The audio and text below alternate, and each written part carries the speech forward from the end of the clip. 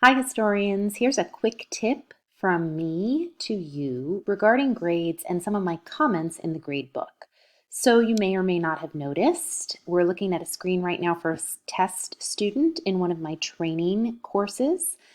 If you are looking for your gradebook or your own grades, you can click on grades in this menu bar here, and that will bring up this screen that you see grades for, and your name should appear under test student.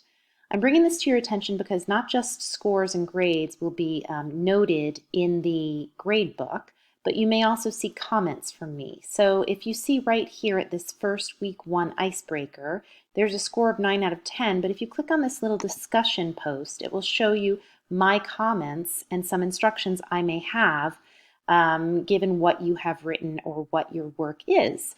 So you'll get some feedback from me there. I have been doing that all semester and I will continue to do that. So hopefully this little tip is helpful. Stay well, stay safe. Take care.